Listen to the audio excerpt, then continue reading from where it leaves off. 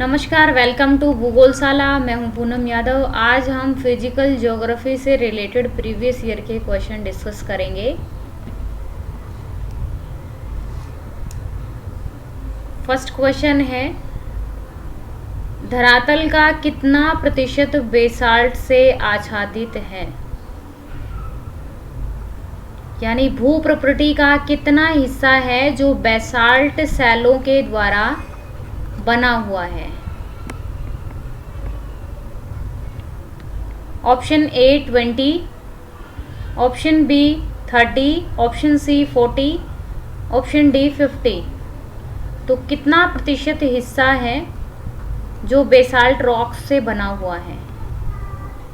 तो पृथ्वी का 20% हिस्सा है वो बेसाल्ट रॉक्स के द्वारा बना हुआ है। क्वेश्चन सेकंड, भौगोलिक अध्ययन में सैल शब्द से क्या तात्पर्य है? अर्थात जियोग्राफी में हम सैल शब्द से क्या समझते हैं? ऑप्शन ए, मिट्टी के नरम एवं छोटे छोटे कण होते हैं। ऑप्शन बी, मिट्टी के कठोर एवं छोटे छोटे जो कण होते हैं उन्हें सैल कहते हैं। या फिर ऑप्शन सी, मिट्टी के कठोर और बड़े बड़े कणों को हम सैल कहते हैं। या ऑप्शन डी, समस्त पदार्थ जिससे भूपटल बना है उन्हें हम सैल कहते हैं। तो आंसर ऑप्शन डी है। समस्त पदार्थ जिनके द्वारा भू प्रॉपर्टी का निर्माण हुआ है उन्हें हम क्या कहते हैं? सैल कहते हैं या चट्टानें कहते हैं, जिसमें सभी प्रकार के पदार्थ सम्मिलित हैं। क्वेश्चन थर्ड, निर्माण प्रोसेस एवं भौतिक विशेषताओं के आधार पर निम्नलिखित में से कौन सा शैल शेष तीनों से भिन्न है? यानी ऐसी कौन सी चट्टान है जो बाकी सब तीनों से डिफरेंट है? ऑप्शन ए संगमरमर, option B basalt, option C slate, option D स्फटिक। तो ऑप्शन बी आंसर है, बेसाल्ट रॉक हैं वो इन तीनों से यानी स्लेट, स्फटिक और संगमरमर एक प्रवृत्ति की चट्टानें हैं, और इसी के साथ बेसाल्ट है वो क्या है? आग्नेय चट्टान का हिस्सा है।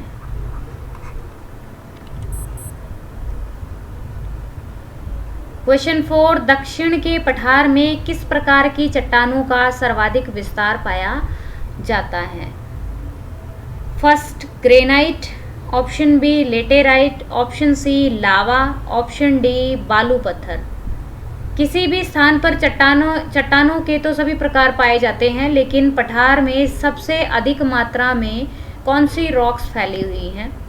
तो लेटेराइट का सर्वाधिक विस्तार पाया जाता है। क्वेश्चन 5, भू प्रॉपर्टी में सबसे अधिक मात्रा में पाए जाने वाली अधातु कौन सी है? Sodium option A, option B aluminium, option C लोहा, या फिर ऑप्शन डी सिलिकॉन। ये ध्यान रखना कि इसमें अधातु पूछ रखा है कि भू प्रॉपर्टी में सबसे अधिक मात्रा में ऐसी कौन सी अधातु है जो पाई जाती है? तो सिलिकॉन पाई जाती है। क्वेश्चन 6, भूगर्भ में वह कौन सा हिस्सा है जो अत्यधिक तापमान के बावजूद ठोस की तरह आचरण करता है? Option A mantle, option B crust, option C पटल या भू प्रॉपर्टी, ऑप्शन डी इनमें से कोई नहीं। तो पृथ्वी का जो आंतरिक हिस्सा है क्रॉड वाला, वो ठोस की तरह व्यवहार करता है। पृथ्वी की 3 लेयर्स हैं। ऊपर वाली भू प्रॉपर्टी, मिड वाली मेंटल, और आंतरिक भाग है वो क्रॉड के रूप में जाना जाता है। और यद्यपि वो यहाँ पर अधिक तापमान है, फिर भी ये लिक्विड फॉर्म में ना होकर के ठोस की तरह व्यवहार करता है। क्वेश्चन 7, गुटेनबर्ग वेइचर्ट असंतत्य किसको और अलग करता है, यानी ये डिसकंटिन्यूटी है वो कौन से दो भूभाग हैं उन्हें अलग करती हैं? तो ऑप्शन ई क्रॉड व मेंटल को करती है, या ऑप्शन बी भूप्रपटी या मेंटल को करता है, या ऑप्शन सी आंतरिक क्रॉड को या बाह्य क्रॉड को करते हैं, या ऑप्शन डी बाह्य मेंटल और आंतरिक मेंटल को अलग करते हैं। तो गुटेनबर्ग जो डिसकंटिन्यूटी है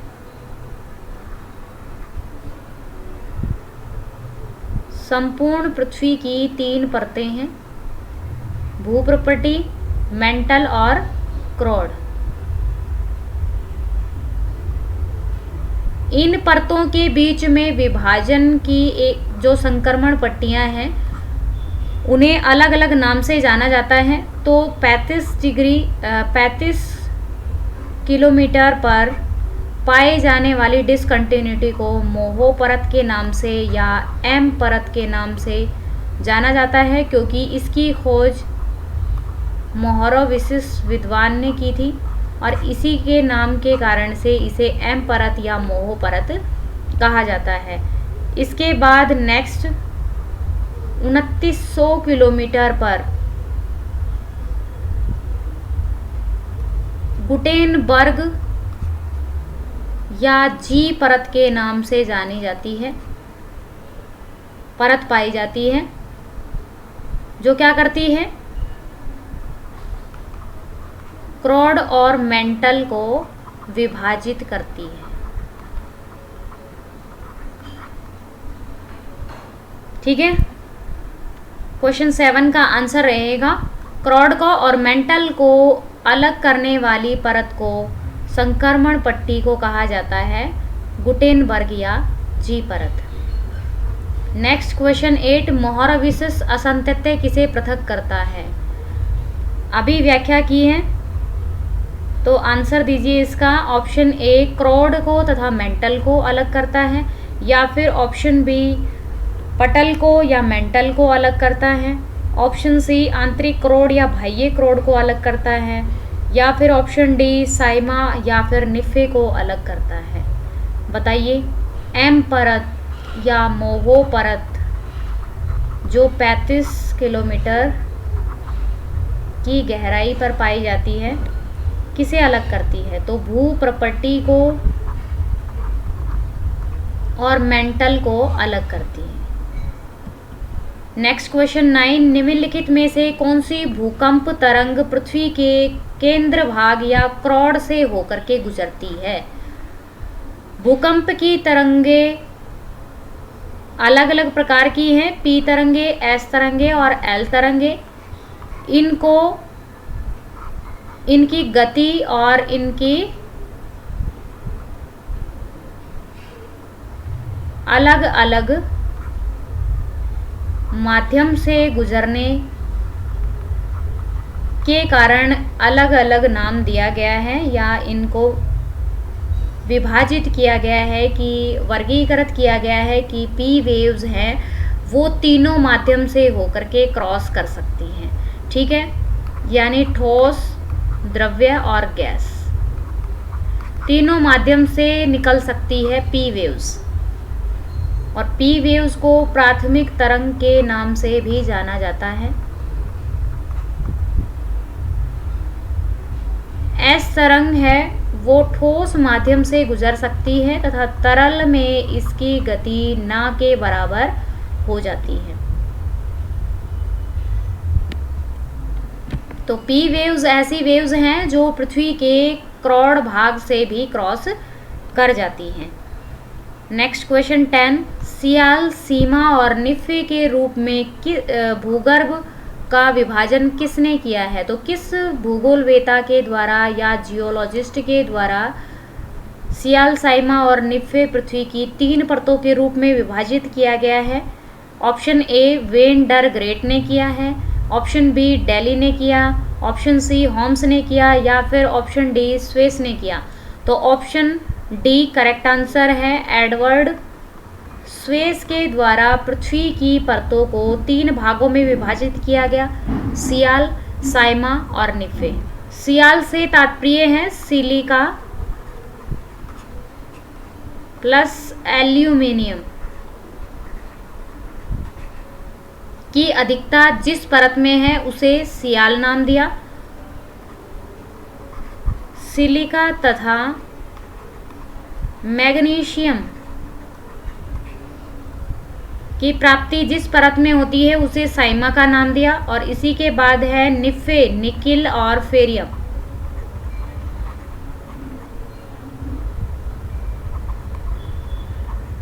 यानी लोहा। क्रोड भाग को क्या कहा गया? निफे कहा है। सियाल, साइमा और निफे 3 परतों में विभाजन किया गया एडवर्ड स्वेस के द्वारा।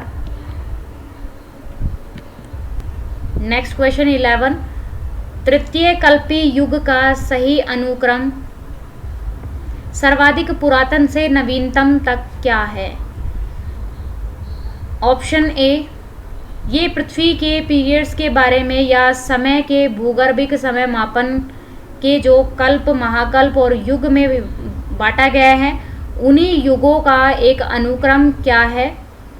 ऑप्शन ए, अति नूतन, मध्य नूतन, आदि नूतन और अल्प नूतन, या फिर आदि नूतन, अल्प नूतन, अति नूतन, मध्य नूतन। सबसे पहला युग कौन सा आया है? ऑप्शन सी, अति नूतन, आदि नूतन, मध्य नूतन, अल्प नूतन, या फिर ऑप्शन डी, आदि नूतन, अल्प नूतन, मध्य नूतन या फिर अति नूतन। तो इनका सही क्रम कौन सा है? सबसे पहले आदि नूतन यानी प्राचीन वाला, फिर अल्प नूतन, फिर मध्य नूतन और फिर अति नूतन काल का प्रारंभ माना जाता है। क्वेश्चन 12, पृथ्वी का आयतन लगभग कितना है?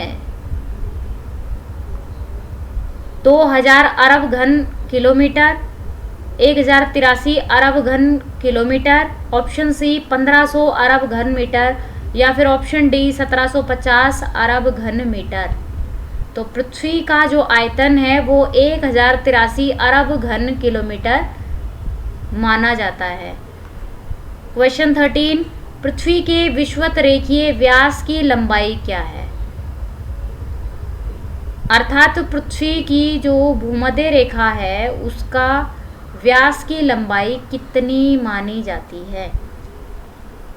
ऑप्शन ए 7951 मील, ऑप्शन बी 7927 मील, ऑप्शन सी 7910 मील, option D 8000 meal.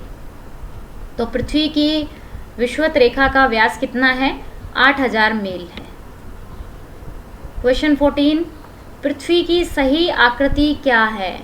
Option A ellipsoid, option B geoid, option C spheroid, option D कोई नहीं। पृथ्वी की जो एक्चुअल शेप है वो किस प्रकार की है?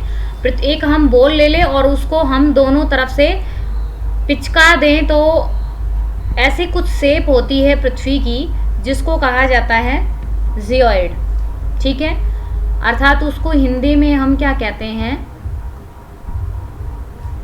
लद्धवक्ष गुलाब।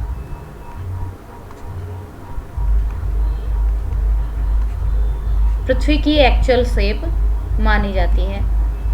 क्वेश्चन 15, ग्रहों की उत्पत्ति की परिकल्पना के संदर्भ में निम्न में से कौन सा कथन सही है?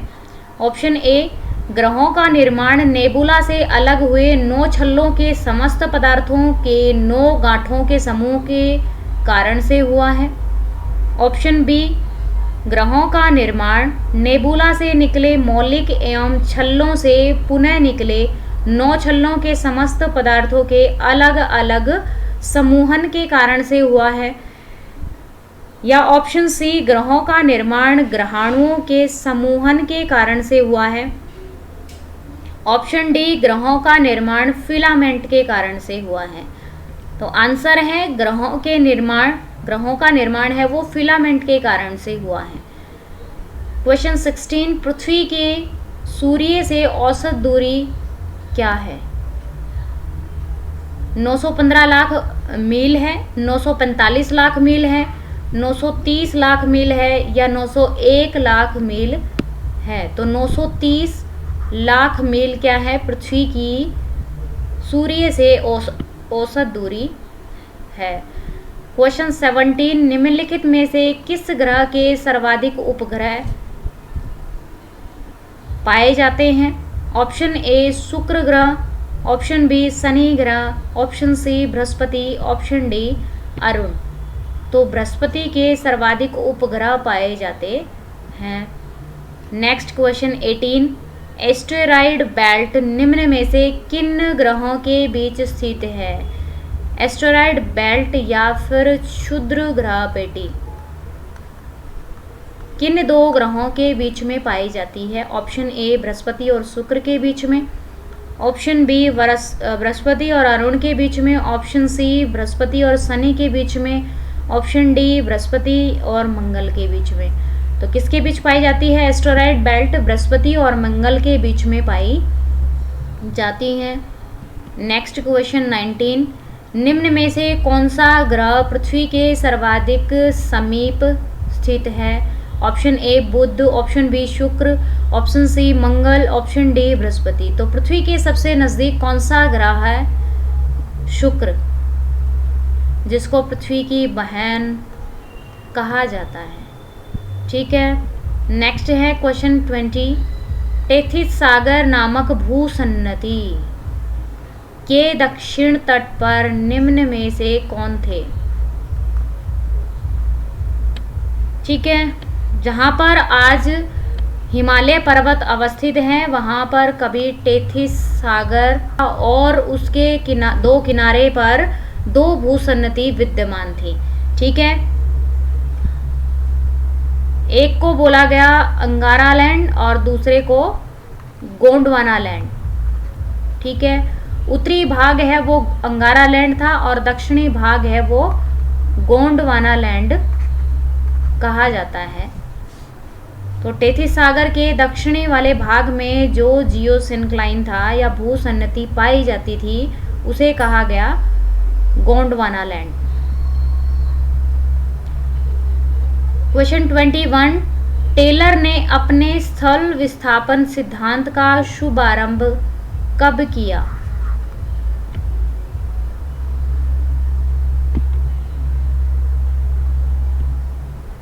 क्रिटेशियस कल्प से स्थल विस्थापन सिद्धांत का शुभारंभ किया गया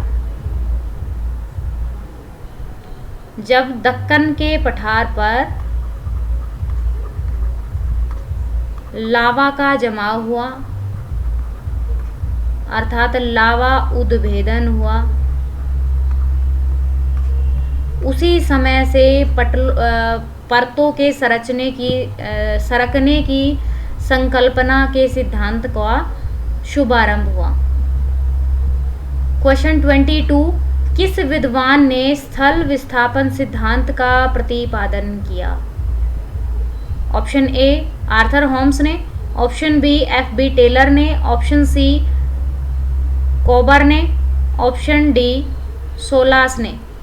तो फ्रैंक बी टेलर के द्वारा स्थल विस्थापन सिद्धांत के बारे में बताया गया सर्वप्रथम किस विद्वान ने 1858 में अपना मत प्रवाह के विषय में व्यक्त किया था? प्रवाह यानी बह जाना या एक स्थान से दूसरे स्थान पर चले जाने के बारे में बताया कि जो स्थल हैं वो प्रवाहित हो जाते हैं। या ऑप्शन ए एडवर्ड स्वेस ने, ऑप्शन बी फ्रैंक ने, ऑप्शन सी ओंटेनियो स्नाइडर ने, ऑप्शन डी ग्रेगरी ने। तो ओंटेनियो स्नाइडर ने सबसे पहले इस बारे में मत दिया था कि जो स्थल भाग हैं वो क्या कर रहे हैं, गति करते हैं।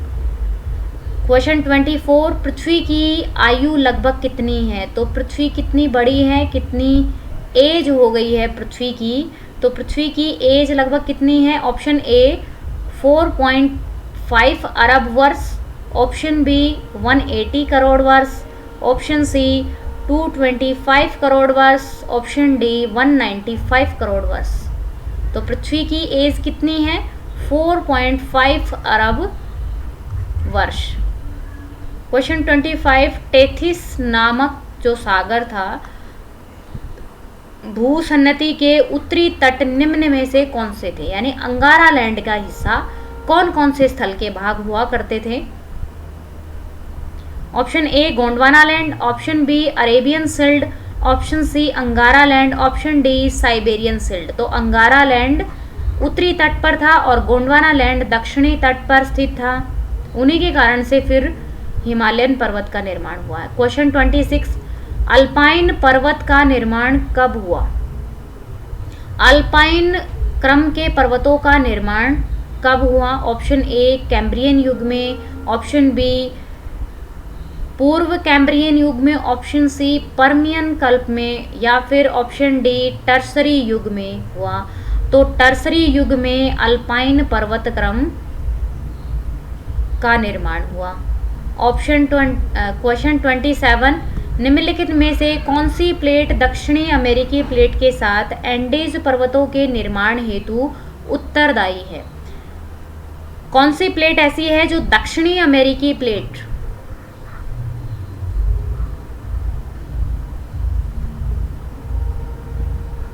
दक्षिणी अमेरिकी प्लेट के साथ में मूवमेंट होने के कारण से एंडीज पर्वत का निर्माण करती है।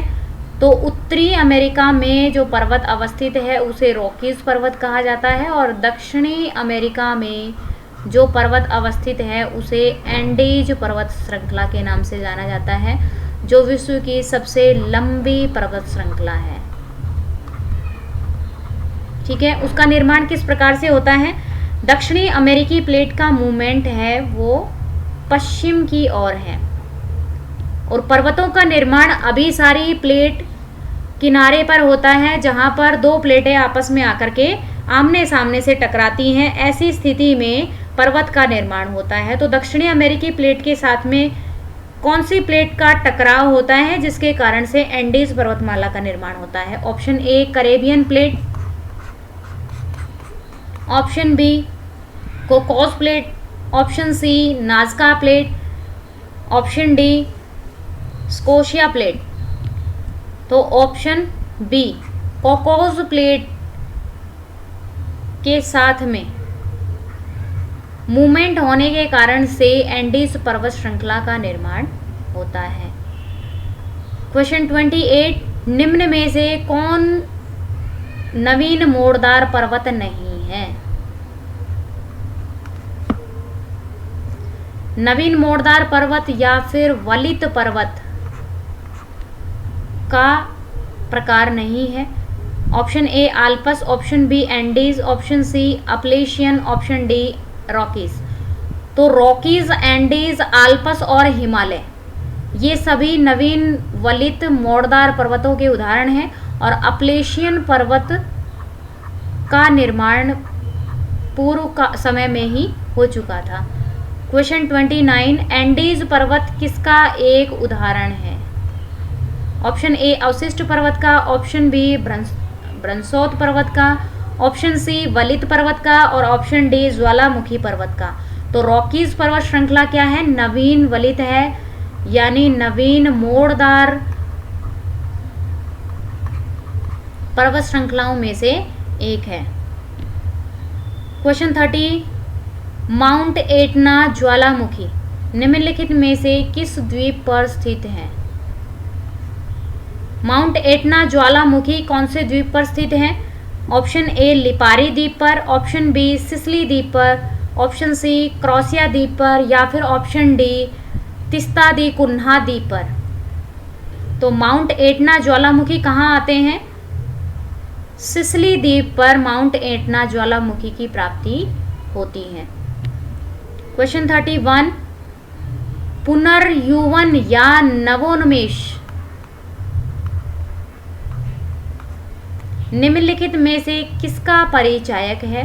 ऑप्शन ए ज्वालामुखी उद्गार का, ऑप्शन बी निक्षेपण द्वारा किसी स्थलखंड का ऊपर उठने से है, या ऑप्शन डी किसी स्थलखंड का उत्थान होने से है, या ऑप्शन डी किसी स्थलखंड का निमज्जन होने से या धसाव होने से है। तो आंसर पुनर्युवन या नवोन्मेष से तात्पर्य है कि किसी भी स्थलखंड का उत्थान होने को हम क्या कहते हैं? पुनर्यौवन या नवोन्मेष कहते हैं। अर्थात अचानक से ढाल का बढ़ जाना क्या कहलाता है? नवोन्मेष या पुनर्यौवन की स्टेज कहलाती है, जिससे किसी भी स्थलखंड का उत्थान होता है। क्वेश्चन 32, भ्रंश का मुख्य उदाहरण क्या है? मुख्य क्या कारण है जिसके कारण से भ्रंश की प्राप्ति होती है? क्या कारण है जिससे स्क्रैचेस आते हैं? तो भ्रंश का मुख्य कारण क्या है? ऑप्शन ए हिमनद के कार्य, ऑप्शन बी तनाव या फिर स्ट्रेस, ऑप्शन सी गुरुत्वाकर्षण बल के कारण से, या ऑप्शन डी भूस्खलन के कारण से। तो भ्रंश किसके कारण से पड़ते हैं? तनाव पड़ने के कारण से चट्टानें चटक जाती हैं और इसी से भ्रंश की प्राप्ति होती है। क्वेश्चन 33, सान एंड्रियास भ्रंश किसका उदाहरण प्रस्तुत करता है? ऑप्शन ए पार्श्विक भ्रंश को, ऑप्शन बी सामान्य भ्रंश को, ऑप्शन सी व्युत्क्रम भ्रंश को, ऑप्शन डी इनमें से कोई नहीं। भ्रंश 4 प्रकार के होते हैं। सामान्य भ्रंश किस प्रकार का होता है? जब कोई भूखंड है वो एक दूसरे से विपरीत दिशाओं में सरक जाते हैं भूखंड, उसके कारण से भ्रंश का प्रकार होता है सामान्य भ्रंश। जब कोई भूखंड आमने सामने एक दूसरे की तरफ सरकते हैं तो उसे व्युत्क्रम भ्रंश कहा जाता है, और एक दूसरे के अगल बगल से चट्टानों का सरकना या उन चट्टानों के बीच में भ्रंश की प्राप्ति होना को पार्श्विक भ्रंश कहा जाता है। सान एंड्रियास भ्रंश है वो पार्श्विक भ्रंश का ही एग्जाम्पल है। जिस तल के सहारे भूखंडों का संचालन होता है उसे क्या कहा जाता है? ऑप्शन ए रिफ्ट घाटी, ऑप्शन बी भ्रंश तल, ऑप्शन सी भ्रंश कगार, ऑप्शन डी रेखा कहा जाता है। तो भ्रंश तल कहा जाता है। नेक्स्ट क्वेश्चन 35, जब किसी वलन की एक भुजा अत्यधिक संपीड़न के कारण से टूटकर दूसरे किसी स्थान पर चली जाती है तो उसे क्या कहते हैं? Option A nappe, option B प्रतिवलन, ऑप्शन सी श्यान वलन, ऑप्शन डी अवनमन वलन। तो ऑप्शन ए ग्रीवा खंड या नापे कहा जाता है उसे।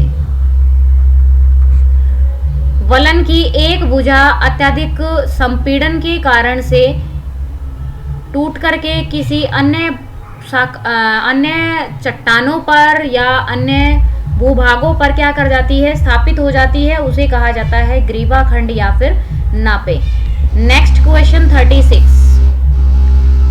वलित क्षेत्र में अभिनटिक कटक या फिर अपनति घाटी के विकास को कहते हैं। ऑप्शन ए घाटियों और कटकों की समानांतर पट्टी, ऑप्शन बी अपघर्षण वेदी कहा जाता है, या फिर ऑप्शन सी उच्चावच प्रतिलोमन की स्थलाकृति, ऑप्शन डी कटक और घाटी।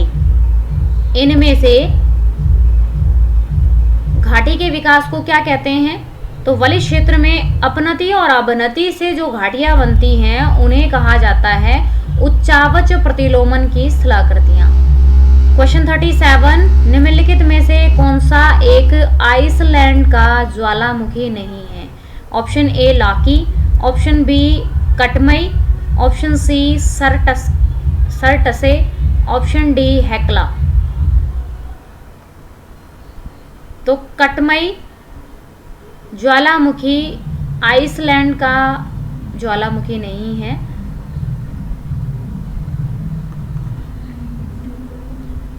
क्वेश्चन 38, निम्नलिखित में से कौन सा एक इंडोनेशिया का ज्वालामुखी नहीं है? Option A Tambora, option B Rinjani, option C Irazu, या फिर option D Semeru.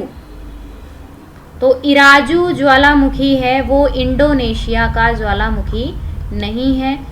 Next question 39, किस महाद्वीप में एक भी ज्वालामुखी नहीं पाया जाता है? ऑप्शन ए उत्तरी अमेरिका, ऑप्शन बी दक्षिण अमेरिका, ऑप्शन सी अफ्रीका या ऑप्शन डी ऑस्ट्रेलिया। तो ऑस्ट्रेलिया एकमात्र ऐसा महाद्वीप है जहां पर कोई ज्वालामुखी नहीं पाए जाते हैं। नेक्स्ट क्वेश्चन 40, किलिमंजारो कहाँ की एक मृत ज्वालामुखी है? मृत ज्वालामुखी से क्या तात्पर्य है कि ऐसे ज्वालामुखी जो कभी ज्वालामुखी की प्राप्ति जिस स्थान पर हुई है लेकिन आने वाले समय में ज्वालामुखी की प्राप्ति होने की संभावना नहीं है और वर्तमान में भी वहां पर ज्वालामुखी नहीं आते हैं। तो option A Mozambique, option B Madagascar, option C Ethiopia या फिर ऑप्शन डी तंजानिया। तो तंजानिया के ज्वालामुखी हैं वो मृत कैटेगरी के ज्वालामुखी हैं। क्वेश्चन 41, पोपा ज्वालामुखी कहाँ स्थित है? तो माउंट पोपा ज्वालामुखी कहाँ पाए जाते हैं? ऑप्शन ए फिलीपींस में, ऑप्शन बी जापान में, ऑप्शन सी म्यांमार में या फिर ऑप्शन डी कंबोडिया में। तो माउंट पोपा कहाँ पाए जाते हैं? म्यांमार में ज्वालामुखी पाए जाते हैं। क्वेश्चन 42, ज्वालामुखी उद्गार के समय सर्वाधिक मात्रा में क्या निकलता है? ज्वालामुखी उद्गार के समय निकलने वाले मटेरियल में सबसे अधिक किसकी मात्रा पाई जाती है? तो क्वेश्चन ऑप्शन ए है sulphur dioxide, option B nitrogen, option C carbon dioxide, option D जलवाष्प। तो जलवाष्प सबसे अधिक पाए जाते हैं। इसके अतिरिक्त अन्य गैसों की प्राप्ति भी होती है और इसके साथ में लावा भी प्राप्त होता है और अन्य प्रकार की गैसें निकलती हैं तथा जलवाष्प भी निकलते हैं और सबसे अधिक मात्रा में जलवाष्प पाए जाते हैं। क्वेश्चन 43, ताजे निष्कासित लावा का तापमान कितना होता है? ऑप्शन ए 100 से 300 डिग्री के मध्य, ऑप्शन बी 300 से 600 डिग्री के मध्य, ऑप्शन सी 600 से 1200 डिग्री के मध्य, ऑप्शन डी 1200 से 1800 डिग्री के मध्य। तो 600 से 1200 डिग्री सेल्सियस के मध्य तापमान होते हैं। क्वेश्चन 44, निम्नलिखित में से कौन सा जागृत ज्वालामुखी भूमध्य सागर का लाइट हाउस या प्रकाश स्तंभ कहा जाता है? Option A volcano, option B Stromboli, option C Vesuvius या फिर ऑप्शन डी माउंट एटना।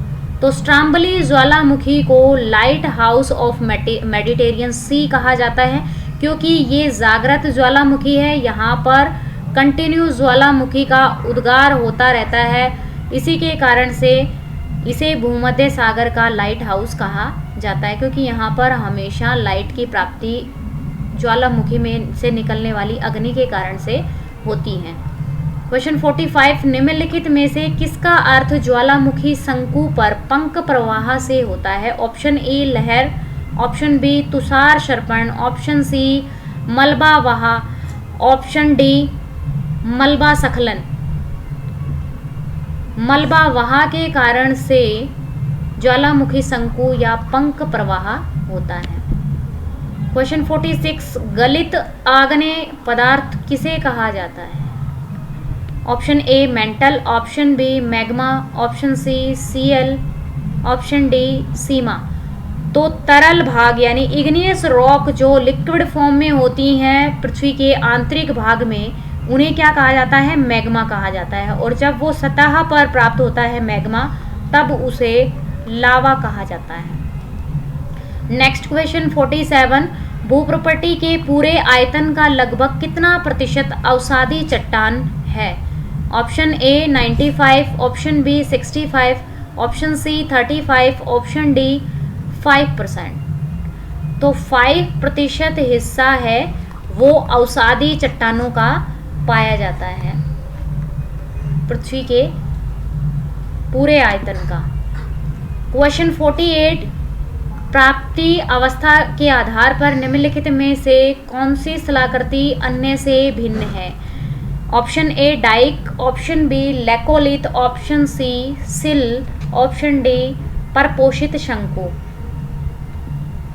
परपोषित शंकु सतह पर दिखाई देने वाली स्थलाकृति है और ज्वालामुखी के द्वारा आंतरिक भाग में बनने वाली शिलाकृतियां हैं वो डाइक, लेकोलिथ और सिल हैं। ज्वालामुखी के द्वारा पृथ्वी के आंतरिक भाग में कुछ शिलाकृतियां बनती हैं। ज्वालामुखी नलिका में लावा का या मैग्मा का जम जाने को डाइक कहा जाता है। जब मैग्मा का जमाव एक गुंबदनुमा आकृति में होता है उसे बैथोलिथ कहा जाता है।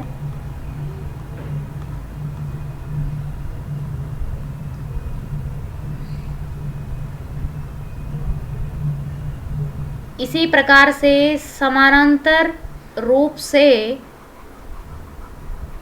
जब लावा का जमाव होता है उसे सिल कहा जाता है। इसी के साथ में कुछ उभार और कुछ गर्तों में भी ज्वालामुखी मटेरियल है वो सबमिट होता है। जम जाने के कारण से कुछ शिलाकृतियों का निर्माण होता है, उसे कहा जाता है। जो ऊर्ध्वाधर यानी उभरे हुए भाग पर जमा होता है या फिर गर्त वाले हिस्से में जमा होता है तो उभार वाले भाग में लेकोलिथ कहा जाता है, तथा गर्त में जब जमा होता है उसे लेपोलिथ कहा जाता है, तथा उभार तथा गर्त में जमाव होने को फेकोलिथ कहा जाता है।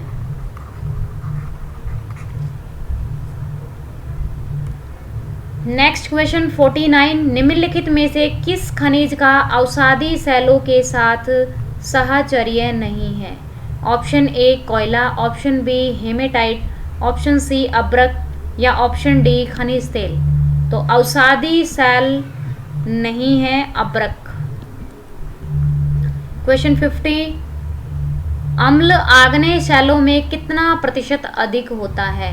ऑप्शन ए लोहे का, ऑप्शन बी सिलिका का, ऑप्शन सी क्वार्टजाइट का या फिर ऑप्शन डी इनमें से किसी का भी नहीं। तो सिलिका का प्रतिशत है वो आग्नेय शैलों में सबसे अधिक पाया जाता है। इसके साथ ये है question of the day, Diego Garcia द्वीप किस महासागर में अवस्थित है? ऑप्शन ए प्रशांत या पैसिफिक ओशियन में, ऑप्शन बी हिंद ओशियन में या फिर ऑप्शन सी अटलांटिक ओशियन में या फिर ऑप्शन डी उत्तरी ध्रुव में। कौन से ध्रुव पर डियागो गार्सिया द्वीप की लोकेशन है? इसका आंसर आप कमेंट बॉक्स में देंगे। इसी के साथ ये है वीडियो का एंड। उम्मीद है कि आपको क्लास पसंद आई होगी। इसी के साथ मिलते हैं नेक्स्ट वीडियो में। धन्यवाद। Subscribe now and press the bell icon. Never miss an update.